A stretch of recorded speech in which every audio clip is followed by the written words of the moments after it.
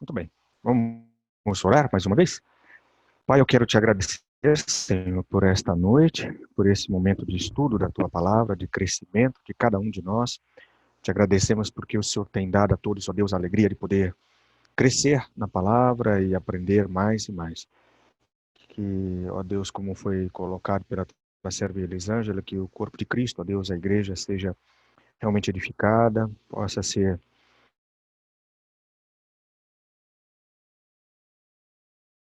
madura, ó Deus, ó Deus, para o exercício realmente das nossas funções, dos nossos dons, enfim, de forma que possa te agradar em tudo aquilo que fizermos, Pai. Muito obrigado. Queremos te pedir perdão, perdão da nossa iniquidade, do nosso pecado, da nossa negligência, Pai.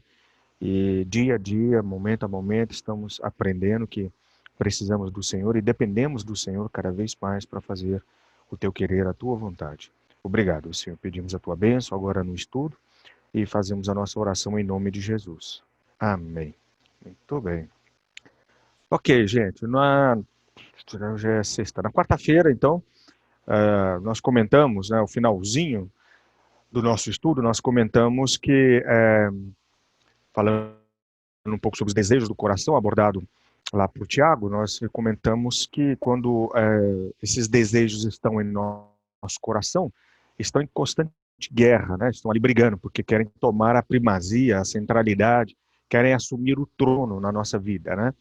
E era muito importante nós conhecermos um pouco a respeito disso, para poder saber lidar com as pessoas que não têm Jesus no coração, porque o coração destas pessoas está inclinado realmente a fazer não a vontade de Deus, mas a vontade própria, o querer, né, atender ali e satisfazer ali os desejos do coração. E agora nós, como servos de Deus, quando deixamos que esses desejos governem o nosso coração, a gente acaba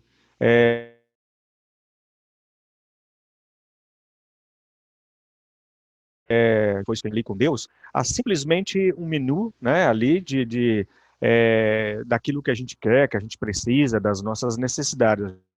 A gente usou até a expressão um cardápio, né, dos desejos humanos. Na prática, o que que a gente procurou mostrar, né, que quando os desejos tomam conta do nosso coração e a gente não busca uma relação com Deus de forma prioritária,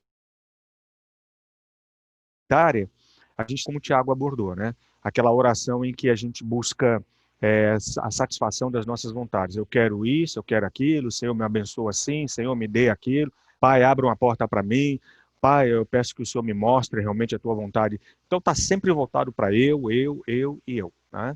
Nós podemos pedir, mas o próprio Tiago fala que a gente está pedindo e não estamos recebendo porque estamos pedindo mal. E pedir mal é pedir como?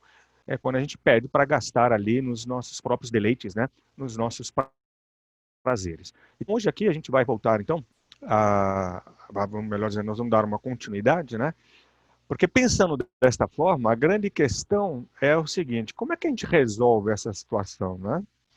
Os desejos estão aí no coração de todos, não somente nos nossos, mas de todos, né? De todos, até daqueles que não têm o compromisso, ou a visão, ou o discernimento, a sabedoria que tem dado a todos nós, né? Lá, né? O desejo vai ali tomando conta do coração, vai querendo reinar.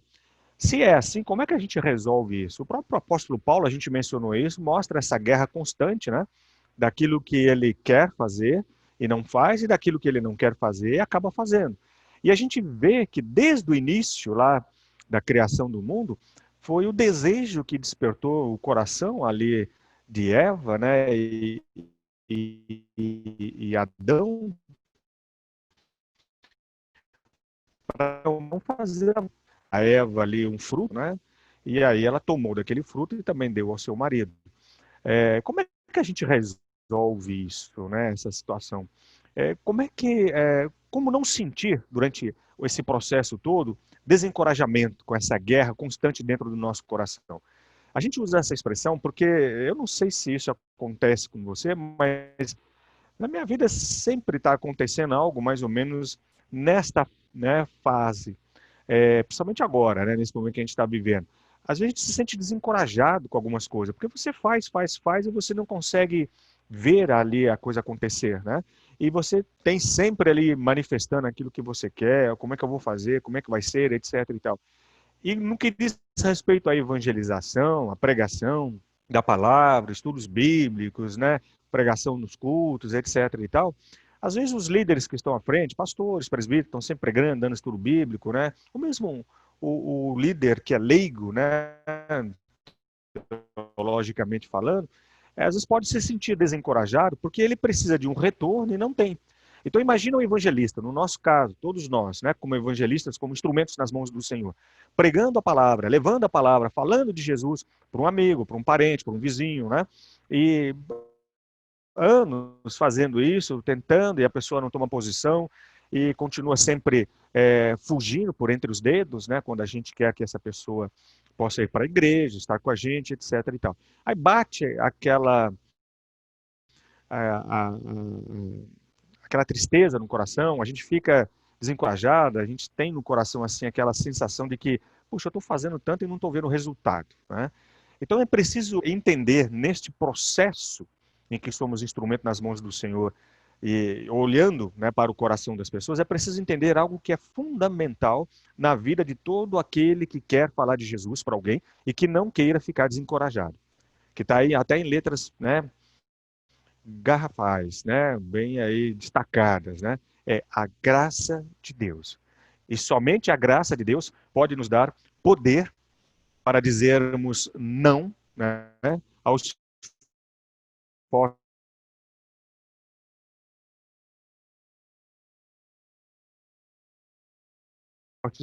desejos do coração. É pela graça de igreja, está vivendo há muito tempo, já foi batizada, já está 10, 15, 20, sei lá, 30 anos numa igreja, é líder, é oficial, é pastor, ou seja lá o que for, etc. Né?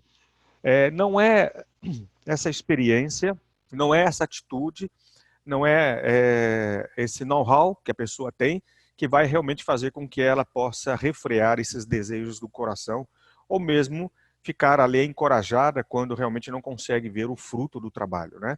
Não é, tá? O que realmente vai nos fortalecer e vai deixar sempre a gente preparado e pronto, disposto a que cada dia a gente faça tudo novamente para a honra e glória do nome do Senhor, é a graça de Deus, né? A graça de Deus, portanto, nos capacita a virar as costas para a criação e nos posiciona rumo ao Criador, pois a graça de Deus perdoa, constrange, atrai e vence. E para nós que somos instrumentos nas mãos do Senhor, isso é importante saber. Eu tenho que entender, a gente já está falando isso há um tempo, né? Que não sou eu que vou converter o coração de alguém, né? É a graça de Deus. O amor de Deus, a graça de Deus, a misericórdia de Deus naquela vida. Eu só sou instrumento para isso. Então é a graça do Senhor que vai dar condições para que aquela pessoa que está de repente fala, peraí, eu quero esse Jesus que você está falando, eu quero um compromisso com ele. Como é que eu posso aceitar Jesus no meu coração?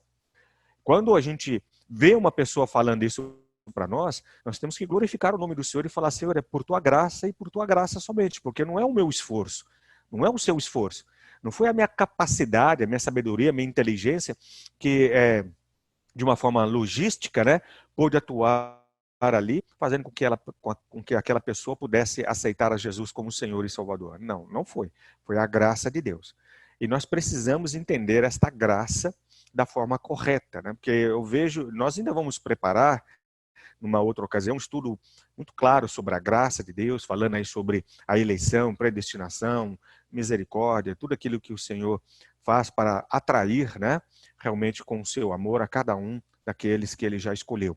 Então nós precisamos sempre focar nisso, é a graça de Deus e não aquilo que o meu esforço próprio, né, para chegar a estas pessoas. Portanto, a nossa esperança de sermos quem deveríamos ser, santos, né, em Cristo Jesus, está diretamente ligada à graça zelosa de Deus por nossos corações. Então, se não for a graça de Deus por nós, não estaríamos hoje aqui fazendo absolutamente nada, né? Não teríamos condições para nada em nenhum momento. Então é a graça do Senhor que nos capacita e nos prepara para isso, tá bom? Essa graça, né, que a gente ela está em toda a palavra de Deus, tá? Em toda ela, mas eu quero destacar aqui essa expressão usada pelo apóstolo Paulo em Tito. Então, lá em Tito, no capítulo 2, dos versos 11 a 14, eu vou colocar aí para você também, se você quiser acompanhar pela tela, né? Se não, é só abrir lá, Tito, capítulo 2, versos de 11 a 14. É só um pouquinho antes de Hebreus, se você achar Hebreus com facilidade, é um livro antes de Hebreus, né? 1 Timóteo, 2 Timóteo, Tito, tá bom? Então, Tito, capítulo 2, a partir do versículo 11. Vamos ler aqui e entender o que estamos lendo. A palavra do Senhor diz: porque a graça de Deus se manifestou, trazendo salvação a todos. Ela nos educa para que, renegadas a impiedade e as paixões mundanas, vivamos neste mundo de forma sensata, justa e piedosa, aguardando a bendita esperança e a manifestação da glória do nosso grande Deus e Salvador Jesus Cristo. Ele deu a si mesmo por nós, a fim de nos remir de toda iniquidade e purificar para si mesmo um povo exclusivamente seu, dedicado à prática de boas obras. Vamos entender o texto antes de avançar um pouquinho. Veja o que Paulo diz aqui a Tito. Ele está encorajando, né, um servo do Senhor, Paulo está encorajando a Tito a que relembre, né, essa situação da graça de Deus sobre a vida de todos e que não deixe de pregar a respeito disso, de falar a respeito disso para as pessoas. Mas veja como Paulo começa aqui essa exortação a Tito, porque a graça de Deus se manifestou, trazendo salvação a todos, ou seja, já aconteceu, não vai acontecer. Né? Ninguém aqui está esperando que um dia a graça de Deus se manifeste neste mundo. A graça de Deus já se manifestou. Em quem? Em Cristo Jesus. Ali, na vinda, né, de Jesus Cristo, do nascimento dele entre nós, Jesus ali tabernaculando conosco, ou seja, morando entre nós, se fazendo um de nós, né, tomando a nossa forma humana ali. E em Cristo Jesus, nós aprendemos pela palavra de Deus que temos ali a salvação. Então, em Jesus Cristo, essa graça se manifestou. Então, ele é o centro, né, do ministério dele aqui entre nós. Então, Paulo está dizendo, olha, a graça já se manifestou, então leve isso em consideração. E isso é importante, para que a gente fuja daquela perspectiva de que são pelas obras que as pessoas são salvas. Né? Não, as pessoas são salvas pela graça de Deus que já se manifestou. Se manifestou em quem? No Filho. Tá?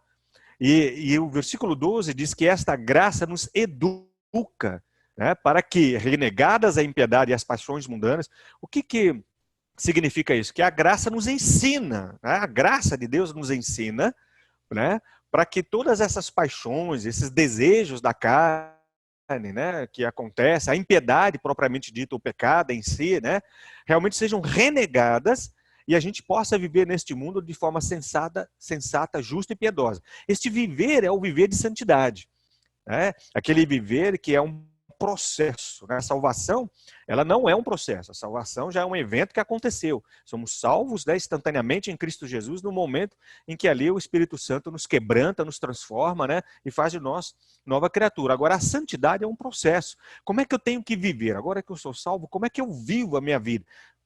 Da forma como Paulo está falando aí para Tito, é de forma sensata, justa e piedosa. Como isso é possível? Pela graça, né? Pela graça realmente de Deus que nos ensina isso. Se não for a graça, eu também não conseguiria viver em santidade para o Senhor. E esta graça que se manifesta sobre a minha vida, que me faz viver assim, é algo que eu tenho que levar em consideração, porque é exatamente a graça que vai fazer com que as pessoas para as quais eu serei levado para falar de Jesus vão mudar o jeito de viver delas. Então, não, como a gente tem falado aqui, não sou eu que vou mudar o jeito de viver destas pessoas, né? Não sou eu que vou chegar lá e falar, olha, larga de fazer isso, deixa disso, etc. e tal. Eu posso exortar as pessoas a não fazerem as coisas erradas, mas a mudança para uma atitude de santidade é a graça de Deus que vai promover. Então, quando eu tomo conhecimento disso, eu tenho que andar sempre atento ao coração das pessoas, observando isso, né? Olhando para isso. Puxa, ela ainda não mudou. Se ela não mudou, o Espírito Santo ainda não tocou aquela vida. Ah, mas eu já falei para ela largar de beber, falei para ela largar de ter esse amor aos bens materiais, eu falei para ela deixar de fazer isso, fazer aquilo. Não, tudo bem, você pode falar como uma exortação, né, à pessoa ali, porque realmente vivendo, talvez fazendo estas coisas, não seja lá, no aspecto de vida, de corpo, etc. e tal. Mas a mudança de atitude só acontece pela ação de Deus ali na vida daquela pessoa, no coração daquela pessoa, né? E essa graça proporciona a nós também essa esperança, né, da glória, da vinda de Cristo Jesus para nós, a esperança de ser Ele, Jesus, né, o grande Deus e Salvador, né, que aí, como finaliza o apóstolo Paulo aí a Tito, dizendo que Ele a si mesmo se deu por amor a nós, né, para que pudesse purificar para si exclusivamente um povo seu. Né? Então, quando a gente vê o versículo 14 dizendo que Ele, né, Deus, Jesus Cristo, deu a si mesmo por nós, a fim de nos remir de toda iniquidade e purificar para si mesmo, né, um povo exclusivamente seu, isso nos faz entender que no começo, quando fala aqui no versículo 11, porque a graça de Deus se manifestou trazendo salvação a todos aqui significa a todos, né, que realmente Deus escolheu para este momento, tá? Porque ele escolheu um povo exclusivamente para ele. E dentro da linguagem grega, esse a todos significa que agora não mais judeus somente, né, como era, né, antes, né? A manifestação de Deus para a nação de Israel, que a gente já estudou aqui, a gente já observou aqui. Mas agora os gentios, lembra de Atos, que agora a pregação, ela evolui, ela num ciclo ascendente, ela sai ali de Jerusalém, Judéia, Samaria e chega aos confins da terra.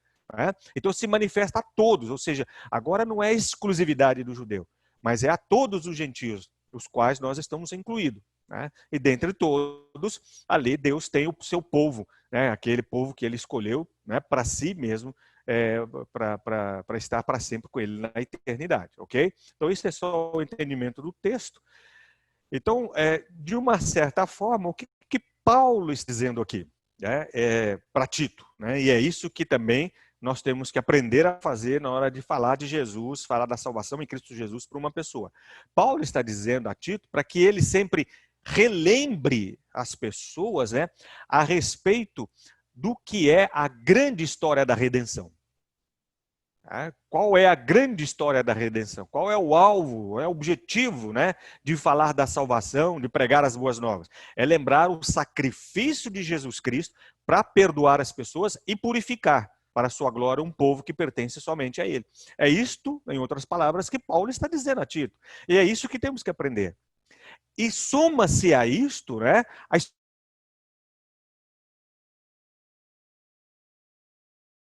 experiência. O foco não é contar o que ele fez na minha vida. O foco é levar às pessoas o que Deus fez através de Jesus. Olha, só Jesus salva. Olha, só Jesus pode perdoar. Só Jesus Cristo é aquele que pode nos purificar. E ele tem um povo que é exclusivamente dele, para a honra e glória do nome dele. E aí sim eu somo a isto, se eu quiser, né, se você quiser, a experiência de vida, de redenção, de salvação, de conversão que você teve.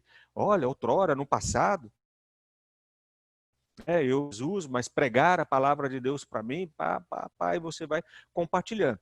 Mas a ênfase não pode ser, de maneira alguma, o que Deus fez da minha vida. A ênfase da mensagem de evangelização tem que ser esta que Paulo fala a Tito. Olha, não deixe de lembrar as pessoas, né, que quem é Jesus, o que ele fez, que o sacrifício dele proporcionou a todos nós. E é interessante que na leitura de Tito, você observa que essa exortação paulina que chega a Tito, e para nós também, com certeza, né, não diz respeito somente a quem não é crente, né, de estar lembrando as pessoas que não são crentes, quem é Jesus, o que é a Bíblia, quem é Deus, etc. e tal. Mas também a nós, a todos nós, membros da igreja, né? Não é de hoje que vira e mexe, e a gente precisa estar lembrando as pessoas da igreja, olha, você sabe mesmo que Jesus te perdoou? A pessoa fala, não, eu sei, pastor, eu sei que Jesus me perdoou. Aí a gente olha para a pessoa e fala, tá bom, então por que você não se perdoa? Por que você ainda está carregando dentro do seu coração o peso deste pecado? Se Jesus, que é o Senhor e o Salvador da sua vida, já te perdoou, já te purificou, por que você carrega esse peso? Então eu tenho que estar sempre lembrando as pessoas o sacrifício de Jesus. Em tempos passados, né, era a história da igreja cristã, da igreja, principalmente a igreja, vamos dizer assim, reformada, né, falava que, a história conta que todos os domingos a Santa Ceia era ministrada, como uma forma de relembrar o sacrifício de Jesus. Depois foi mudada para uma vez, né, por mês somente, porque as pessoas estavam banalizando, fazendo com que aquilo fosse uma coisa tão normal, tão simples, que nem tinha aquele valor, né? Aí mudou para uma vez por mês, para que a gente pudesse esperar com aquela expectativa. E o objetivo da Santa Ceia, da administração da Santa Ceia, não é dar para nós assim, agora se eu morrer agora eu estou salvo porque eu tomei a Santa Ceia. Não é este, né? Mas o objetivo ali é trazer à memória aquele sacrifício de Jesus por nós. Por isso que em algumas mesas, né, onde ali é servida a Santa Ceia, está lá, né, escrito em memória de mim. E quando o pastor ministra a Santa Ceia, ele fala as palavras que Jesus disse, né? Fazei sempre desta forma em memória de mim. Ou seja, nós precisamos constantemente ser relembrados, né, do sacrifício de Jesus, que nos perdoa, que nos redime, que nos purifica de todo o nosso pecado. Né? Então a graça, eu chamo aqui de graça zelosa. Por que graça zelosa? Na Bíblia, o nome seria o ciúme de Deus por nós. Para nós, ela tem uma conotação não muito positiva, né? A gente fala de ciúmes e a coisa é um tanto quanto carregada de aspectos negativos e tal. Mas na Bíblia, quando se fala que Deus tem ciúmes do seu povo, é zelo, né? Ele não quer dividir a relação dele comigo e com você, com ninguém, né? Com outros deuses em que as pessoas. Ele quer que a gente divida o nosso amor por ele com ninguém. Ele quer amor de forma exclusiva a ele. Então eu chamo de graça zelosa, né? Essa graça zelosa, portanto, nos lembra que nós podemos vencer essa guerra que precisa ser ganha. Qual guerra? Essa que nós estamos falando, a guerra do coração. Né? Então, o coração de uma pessoa é ganho, né, por esta graça de Cristo Jesus. E eu e você somos o canal, né? O canal de bênção, né? Que Deus vai usar ali, que vai escoar através de nós a manifestação dessa graça. Olha que responsabilidade, olha que privilégio, né, que a gente tem, que nós temos para poder fazer isso. Né? Agora, como é que os nossos corações são aprisionados, né, pelos nossos desejos? Nós temos aí os nossos desejos, eles são fortes, são grandes, né, estão sempre ali, e eu não sei se você já parou para pensar, mas como é que acontece, né? Da gente ficar preso aos nossos desejos, a ponto disso ser uma interferência na nossa relação com Deus e, consequentemente, na nossa relação como instrumentos nas mãos do Senhor para pregar a palavra. Antes, porém, de entrar nos detalhes a respeito disso, é bom sempre lembrar que os desejos fazem parte da existência humana. A gente mencionou isso na quarta-feira, né? Agora, eles precisam ser domados ou dominados, né? Com uma disposição ativa de até abrir mão deles. Ou seja, agora que eu tenho a Jesus no meu coração, eu tenho a responsabilidade de realmente não deixar que esse desejo do meu coração, pelas coisas do mundo, pelas coisas terrenas, criem a primazia dentro de mim, ok? E dependendo da situação, eu tenho que fazer ali, eu tenho que amputar esse desejo, eu tenho que realmente cortar, né? Lembra que Jesus falava, olha, se tua mão pecar, arranca, joga fora, se o teu olho pecar, arranca, joga fora. É uma metáfora, lógico que não é para arrancar o olho e jogar fora porque ele pecou. Mas é a maneira de dizer o seguinte, eu tenho de forma ativa condições agora em Cristo Jesus de dizer, olha, isto realmente está impedindo o agir de Deus na minha vida ou através de mim como instrumento para poder pregar o evangelho. Então, o que está impedindo? O que eu estou amando? O que desejo é esse que está querendo reinar no meu coração no lugar das coisas de Deus? Então, eu tenho que chegar e falar assim, bom, se é isso, eu tenho que abrir mão disso. Doa quem doer, né? Portanto, a questão, quando se fala a respeito desses desejos, é a maneira pela qual eles tendem a crescer dentro de nós e o controle que esses desejos vêm exercer em nós. Como nós mencionamos, o desejo em si não é problema. Né? Se a gente deixar ele tomar conta do coração, a coisa fica complicada, né? Todo desejo humano deve ser refreado em submissão a um propósito maior. Qual? Os desejos de Deus pelo seu reino. Nós fazemos parte do reino de Deus, né? Ele instalou o reino dele na terra e esse reino será levado, né, quando Jesus voltar, definitivamente para os céus, a Jerusalém celestial. Né? Estamos aqui neste reino presente, atuando neste reino de Deus, né? Tudo que está em meu coração tem que ser submetido aos desejos de Deus e do reino dele. Né? Então, aquilo que eu desejo, eu sempre tenho que falar, Senhor, o meu desejo é este, mas submeto a tua vontade, ao teu querer, né, este desejo. Tá, Pai? É assim que deve ser. Né? Eu até coloco aqui essa expressão que a gente conhece bem lá em Lucas, no capítulo 22, né, versículo 42, onde Jesus, ali no Getsemane, quando ele ora, ele deixa os discípulos, lembram, né? Os apóstolos um pouquinho ali, ele se afasta, pertinho mesmo, não é muito longe não, ele se afasta para orar, para clamar, aí ele volta, os discípulos estão dormindo, etc. e tal. Mas num dado momento, na oração de Jesus, dá uma lida nesse texto completo lá, né? Num dado momento na oração dele, ele manifesta, né, a dor dele, o sofrimento dele, pela maneira como vai acontecer a vontade do Pai. E ele ali, ele fala, ele manifesta o desejo dele no sentido de que se pudesse ser de uma outra forma, de um outro jeito, né? Mas ao final da oração dele, embora ele tenha desejado ali de uma outra forma, de um outro jeito, olha a frase que Jesus diz lá ao final da oração dele: Senhor, não se faça a minha vontade, né? E sim a tua. Pai, não se faça a minha vontade, e sim a tua. Ou seja, você vê que Jesus também tinha desejos no coração, né? E ele submete ao Pai o desejo do coração dele como filho. Ele diz lá, se possível for, afaste de mim, né, essa hora, né, este cálice, né, de beber este cálice. Mas não seja a minha vontade, seja a tua vontade. Então assim deve ser com a gente também, com o nosso coração, com o meu e com o seu coração, tá bom? A gente vai depois, mais à frente, falar um pouco mais a respeito disso, porque aí nós vamos entrar nos aspectos assim mais detalhados de como é que o desejo se instala dentro do meu coração no sentido de reinar. Né? Ele já está aqui, está. Eu sou um ser humano, tenho desejos, né? Como a gente mencionou. Mas como é que como é que ele faz para reinar dentro de mim? Eu preciso saber disso também, não só para eu me cuidar diante do Senhor com relação à minha vida, à minha relação de santidade com Deus, mas também para eu saber como é que as pessoas com as quais eu vou estar convivendo estão dando primazia aos seus desejos em seus corações. Amém? Eu quero orar aqui e agradecer a Deus por este momento também. Pai, muito obrigado pelo término deste estudo, obrigado por esta noite, obrigado, Deus, por estes minutos que são tão poucos, mas profundos, ó Pai, de estudo da Tua Palavra.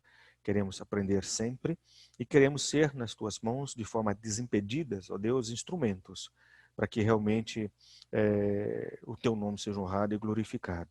Que haja eficiência no nosso ministério, Deus, ao pregar a Tua Palavra, ao falar da salvação em Cristo Jesus, ao anunciar, ó Deus, que não é pelo que o homem faz, como ele vive, o que ele deixa de fazer, o que ele abandona, que será salvo, mas é pelo que o Senhor Jesus já fez no coração e na vida de cada um de nós. Como Paulo disse aqui, ó Deus, é a graça, é a Tua graça, Senhor, que já se manifestou, trazendo salvação a todos os corações. E nós somos estes instrumentos nas Tuas mãos para pregoar, ó Deus, apregoar realmente a salvação em Cristo Jesus. Usa-nos, ó Pai, conforme o Teu querer, conforme a Tua vontade. É a nossa oração em Cristo Jesus. Amém. Bem, amados, graça e paz